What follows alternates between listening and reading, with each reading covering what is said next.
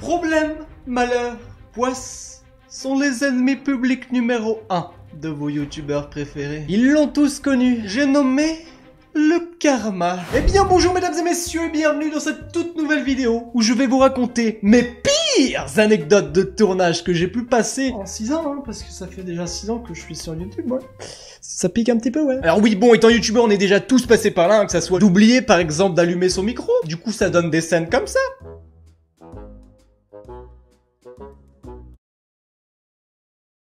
Oui, on est d'accord, c'est mieux avec un micro.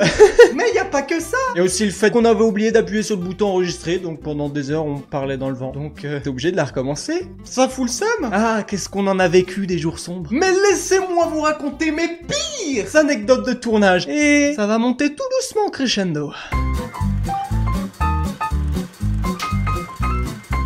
Alors pour cette première petite anecdote, bon, elle est assez simpliste, mais quand même, ça m'avait bien saoulé ce jour-là. Alors il faut remonter jusqu'en février 2018, j'en avais fait d'ailleurs un vlog plutôt pété. Faut se dire que ça faisait plusieurs semaines que j'avais organisé un petit vlog spécial en montagne. C'était un pic, mais un pic, t'étais obligé d'utiliser une corde, etc. pour pouvoir y monter. Et t'étais genre au sommet, tu voyais toute la vallée, c'était un truc de ouf. Et j'avais prévu plein de petites activités, etc. là-bas à faire. Et ça faisait un moment que ça me travaillait dans la tête et je me suis dit, mais let's go, faut que je le fasse, quoi. Donc le soir de la veille du tournage, je commence à me dire, il serait peut-être bon que je commence à regarder les prévisions météo pour le lendemain, au cas où, hein, parce que sinon tout tombe à l'eau, quoi. Donc je commence à regarder, etc. Et là, qu'est-ce que je vois? Demain, un temps de merde. Mais vu que je reste optimiste et entêté, hein, c'est un de mes défauts, j'essaye de me dire, non mais t'inquiète pas, ça va le faire. Tu sais, des fois la météo ils disent de la merde, donc on sait pas, peut-être que ça va jouer.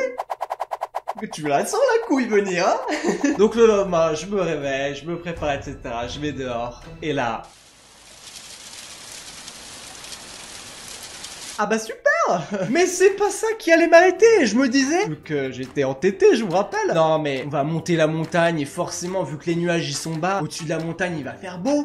Hein, con que je suis. Donc en voiture, je monte la montagne. Et là, arrivé à peu près à la moitié, il y avait des putains de grêlons qui commençaient à tomber. Mais le mec continuait d'être entêté et optimiste. Le gars se disait, non mais ça va le faire. Je suis sûr là, ça va être pas beau, mais là-haut... ça va être bon. Donc, arrivé en haut, bah, c'était pire. De toute façon, c'était tout le temps du pire. Ça passe de la pluie au grêlon, et qu'est-ce qu'il y avait après? Il y avait de la neige. Mais c'était pas des petits flocons, hein, je vous assure. Hein. Donc, tout était tombé à l'eau. J'avais le seum, j'avais tout préparé. J'avais dit que je la ferais. Au final, je l'ai même pas fait parce que ça demande quand même du temps et plein d'autres trucs. Mais je vais pas vous le dire parce que si un jour je le fais, on sait jamais. Mais j'étais quand même dégoûté ce jour-là et peut-être que je le referai un jour.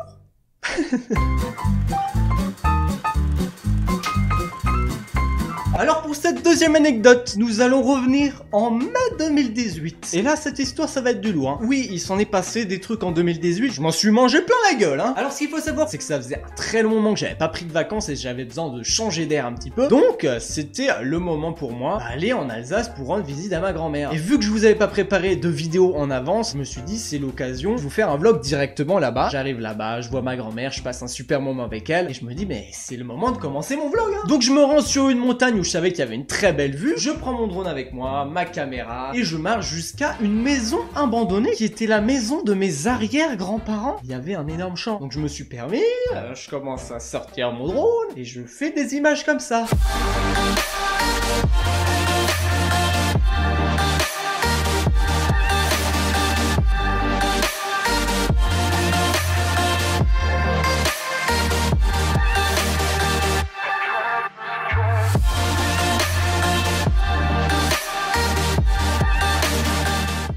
Génial, super vue. Je le faisais atterrir dans ma main parce que je ne pouvais pas le faire atterrir dans les herbes parce que elle m'allait quand même aux genoux. Donc pour te dire, c'était des herbes comasses quoi. Tu faisais tomber ton drone dedans, les hélices, elles partaient en couille. Hein. Puis c'était sans compter la bouse de vache qu'il y avait dans le champ. Hein. Donc je le fais atterrir dans ma main donc une fois, deux fois et la troisième fois...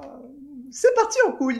Bon, ce qu'il faut savoir, c'est qu'il y avait énormément de vent. C'était plutôt dangereux et un peu déconseillé. Donc c'était de ma faute, mais en même temps pas trop parce que ça allait. Hein. C'était des vents à 30 km/h. Le drone pouvait supporter au moins du 35 km/h. C'était largement supportable. Et donc, je commence à la rappeler. Je tends ma main. Je voyais que le drone, il avait du mal à se stabiliser. Tu vois, il partait à gauche, à droite. Il était vraiment très bizarre. Donc je me dis, bon, Mais faut que je le fasse, hein, parce que là c'est bon, j'ai fini mes plans. Vous sentez la couille arriver.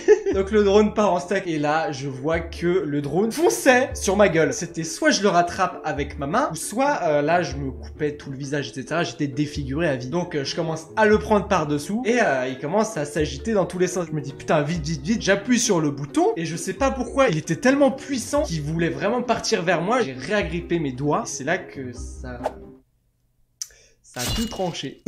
Là, j'en rigole, mais c'était carrément comme si c'était des petites tranches de saucisson, quoi. Donc sur le coup, plein de picotements. Je me rends pas compte de ce qui vient de se passer. Ça me pique, je regarde mes doigts. Pas vraiment de sang, c'était à peine, tu vois, il y avait à peine une petite goutte de sang, tu vois. Mais je sentais que ça commençait à me piquer de plus en plus. Et là, mes doigts, t'avais l'impression que c'était de la sauce rouge qui dégoulait net partout. C'était dégueulasse, hein. Alors là, je me dis, je suis totalement dans la merde. J'arrivais même plus à prendre ma caméra, mon drone. J'avais mes habits qui étaient en sang. Il y a tout qui tombait. Mes doigts, c'était mort, hein. Mes doigts, j'arrivais plus à toucher. Je les sentais à peine, quoi. Ça devenait de plus en plus bleu. Je me suis dit, merde, mais ça se trouve, je me suis coupé un nerf. Je suis dans la merde. Donc, j'ai refusé d'aller aux urgences. J'ai bien fait parce que j'aurais passé des heures et des heures là-bas à attendre pour pas grand chose au final, parce que on commence à foncer vers une pharmacie, on commence à prendre tout le stock qu'il y avait de bandages, désinfectants, etc. Je commence à me désinfecter et je vois que j'arrive quand même un petit peu à bouger mes doigts, mais sans plus quoi. C'était vraiment bleu, c'était vraiment dégueulasse. Là je me dis mais c'est bon, là j'ai juste besoin de repos parce que quand tu perds énormément de sang comme j'avais perdu, tu te sens quand même un petit peu affaibli, t'as envie de dormir, t'es pas très bien. Et là j'avais eu la bonne idée de réserver un Airbnb. Vous en pensez ce que vous voulez, hein, mais moi c'est fini, hein, c'est mort. Je commence à arriver là-bas sur place, c'était une ambiance très bizarre, particulière. Déjà on appelait la propriétaire, elle répondait pas, en même temps elle savait, elle avait pris notre réservation. On commence à faire le tour du bâtiment, c'était une sorte de chalet un peu haut et il y avait des sortes de voisins, enfin c'était hyper bizarre. Donc on cherchait comment on allait rentrer, putain il y avait pas d'interphone et par chance, je sais pas comment, on arrive à taper un code au pif et c'était l'accès au Airbnb. Donc on se disait ok bon bah tout va bien alors, hein. Et là, juste derrière la porte, il y avait sur la table la clé de ma chambre. Je la récupère. Il y avait des escaliers genre trop bizarres, assez bancals comme ça. Déjà l'air, elle puait, les draps puaient, c'était dégueulasse. Il y avait des sortes de bestioles, des insectes morts. Il y avait une abeille qui était recroquevillée sur elle-même. Tu te dis mais merde, mais qu'est-ce qui s'est passé là-dedans? C'était dégueulasse. Mais je crois que dans la vidéo, quand j'ai fait le vlog, j'ai fait style de tout va bien, regardez, c'est très bien, hein. Pas du tout. Et puis dans cette chambre, il y avait 3 portes qui étaient très bizarres. Il y avait 2 portes qui donnaient accès au couloir, hein, pour aller dehors. Mais la 3e porte, elle donnait accès à la chambre d'à côté. Et je vous rappelle qu'il y avait des voisins qu'on n'a jamais vus d'ailleurs, qui étaient très bizarres, mais que la nuit, ils ronflaient comme... C'était un ronflex, hein, le gars. Hein. Enfin bref, c'était carrément la merde. Donc allez, vas-y, je me dis, je vais rester qu'une nuit, hein, pas plus, parce que c'est vraiment la merde. Au final, j'ai quand même dormi 2 nuits, là-bas, en me barricadant, parce qu'on sait jamais, hein. Je pouvais ouvrir les serrures comme ça, quoi. Il y avait même pas besoin de clé, c'était... bizarre, c'était très bizarre. Et voilà, j'ai été 2 jours là-bas, je n'y suis plus retourné. Et mes doigts ont commencé à aller mieux. Je croyais que ça allait être vraiment pire parce que quand même, t'imagines, tu te coupes les doigts et à vie t'as des putains de cicatrices. Non merci quoi. Donc j'ai eu de la chance, ça m'a juste coupé sur les côtés avec un boudon. Ça allait. Tout est rentré dans l'ordre et du coup, j'ai fait le con, hein, parce que il y a une deuxième anecdote derrière ça, mais c'est la même histoire. Donc on continue, c'est le lendemain. Le mec de plus en plus con, hein. Donc le lendemain, je voulais pas retomber sur une défaite et donc je décide d'aller sur une montagne qui s'appelle le Mirador. Je ne parle pas de la musique d'Okeza et Freddy, hein. Voilà, ma vanne est placée. Donc je fais décoller mon drone une 2e fois, hein. Le mec est complètement fou, il y avait encore du sang sur les hélices. Et voilà, je le fais tourner au moins une 20aine de minutes. Et à partir de ce moment-là, j'étais sur une énorme tour. Et là, fallait que je le fasse réatterrir, mais sur la petite tour. Donc l'espace pour le faire décoller est assez restreint parce que y a ça qui me dérange. Ça représentait même pas 1 mètre, j'avais même pas 1 mètre pour la poser. Donc je commence à appuyer sur le bouton retour. Et là, le drone commence à revenir vers là, mais il avait du mal. Il y avait les capteurs qui commençaient à se faire ouais putain mais est-ce que ça va passer, je sais pas, non ça passe pas trop. Et je commençais à perdre le contrôle, donc je me suis dit je vais le faire manuellement. Donc je commence à cliquer sur le bouton, il voulait pas, le truc ne voulait pas. Donc le drone a commencé à s'exciter, etc. C'est carrément stoppé net. Les hélices ont fait non stop, non, moi j'arrête mon job, hein. Il a chuté à plus de 15 mètres, j'ai eu de la chance puisqu'il a atterri dans l'herbe. Et du coup c'est un petit peu amorti la chute, donc les hélices étaient légèrement un petit peu pétées, mais le truc ne s'est pas pété. J'ai retrouvé mon drone indemne. Enfin bref, c'était vraiment les vacances de la catastrophe, j'ai envie de vous dire. Mais j'ai eu de la chance que tout est rentré dans l'ordre. Ma cicatrisation a eu lieu, j'ai plus rien, c'est tout neuf. Mon drone marche toujours autant. Maintenant je l'utilise plus, hein, parce que depuis que j'ai fait le fou... on se calme. Mais enfin bref, plus de peur que de mal. Bon, cette fois-ci, pour cette troisième anecdote, on va remonter il y a quelques mois en arrière. C'était en septembre 2019 pour la vidéo À ta combien. On a passé un très bon moment à la faire, mais il y a eu une petite couille. Alors, ce qui s'est passé, même eux ne le savent pas avec qui j'ai tourné. Ils étaient au courant de rien du tout. Hein. C'est le moment des révélations. Alors, ce qu'il faut savoir, c'est qu'on avait fait plein de petits hot combien. Sauf que c'était impossible de les rentrer en une vidéo, sinon la vidéo aurait duré au moins 1 heure. Donc, je voulais vraiment que le rendu soit dynamique. Et donc, j'ai viré plein de petites scènes, dont une qui a fait que il s'est passé un putain de truc. Hein. Donc, je vous remets le contexte. D'ailleurs, je crois en plus que j'ai les rushs vidéo. Hein. D'ailleurs, je vais pouvoir vous les montrer. Mais donc, j'avais proposé un défi qui était de s'arrêter en plein milieu des passages sur piétons alors que le feu était vert pour les voitures. Comme ça les bouche le passage, etc. Et voilà, ça a commencé à... tu stresses un petit peu, tu vois. J'ai un petit défi pour toi. Tu vois, là-bas, il y a un passage sur piéton, mec. Quand t'as combien? Quand le feu il passe au vert que les voitures doivent rouler, tu restes mais genre 7 secondes devant la voiture. Vas-y, go. 1, 2, 3, 2. Reverse. 1, 2, 3, 1. Eh oui. Putain. À partir de ce moment, le karma m'est retombé dessus. C'était à moi de faire ce gage. Et j'ai commencé à le faire, etc. Et là, pour vous remettre dans le contexte, j'avais acheté des chaussures, donc je ne citerai pas la marque, hein, qui commence par un A et qui finit par un S. Voilà. Et c'était des tailles qui étaient vraiment au millimètre près, hein, c'est-à-dire du 43,5 et pas des chiffres ronds. Donc ça m'allait, mais comme un gant, sauf que je touchais un tout petit peu mes orteils à la chaussure et puis elle était toute neuve. Donc il y avait vraiment beaucoup de frottements, etc. Et je sais pas pourquoi on a tellement marché. Si vous voulez, le tournage, il a duré de 9h30 jusqu'à 16h de l'après-midi. Donc on a tourné beaucoup d'heures, oui.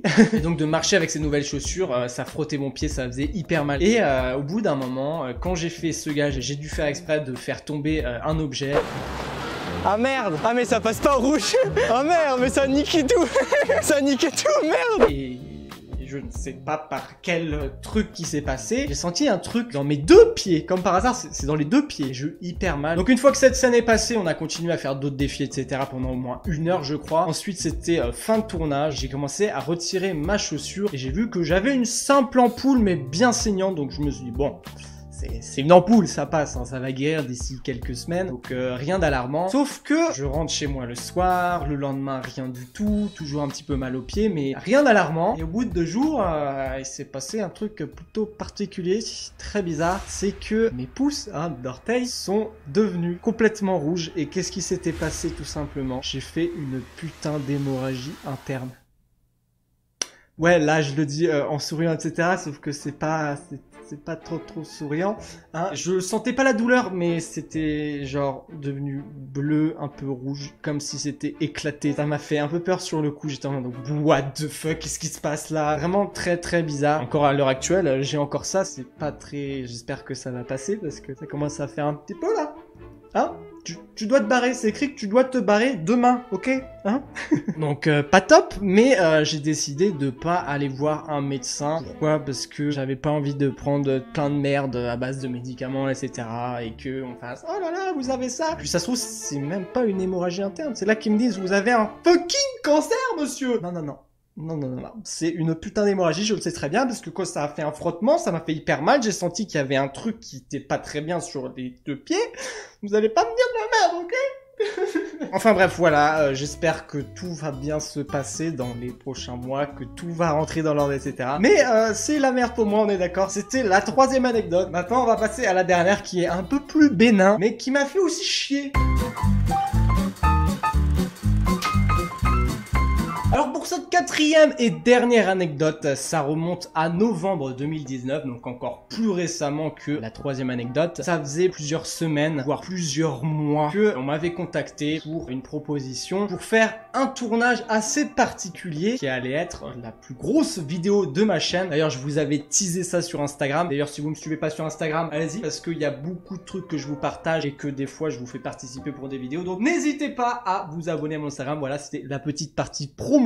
Mais donc voilà, je vous avais teasé beaucoup de trucs sur Instagram et j'aurais pas dû au final parce que la vidéo ne sortira Jamais. En fait, je vous explique, comme je vous ai dit, ça faisait plusieurs mois, voire semaines que j'étais en discussion, on m'avait contacté, etc. Est-ce que t'es chaud pour faire ça, ça, ça, ça? Ouais, comment on va s'organiser? Ok, il y aura tant et tant de caméras, ça allait être un fucking gros tournage, j'étais hyper chaud. Sauf que du coup, on s'était organisé, mais sans trop s'organiser, si vous voulez. Je savais un petit peu près ce qu'il allait avoir, mais je savais pas comment ça allait se passer et l'organisation au millimètre près, alors que je suis quelqu'un qui est plutôt perfectionniste dans ce que je fais sur YouTube. J'aime bien que tout soit vraiment, genre, classé. Je sais que je dois faire ça, ça, ça, ça va se passer comme ça, etc. J'ai vraiment ce besoin-là quand c'est des gros tournages. Et là, bah, j'étais un petit peu dans le flou. Je savais pas trop comment ça allait se passer, etc. Et donc, on arrive le jour du tournage. Il faisait nuit. Donc, bah, je sais pas du coup si je vous spoil, parce que peut-être qu'un jour je le ferai. Mais bon, allez, je vous spoil. Alors, en fait, c'était une vidéo RP où je devais faire à la fois un escape game et un laser game derrière ça. C'était en mode un braquage, l'effigie de Casa de Papel, si vous voulez. J'étais avec mon équipe, on avait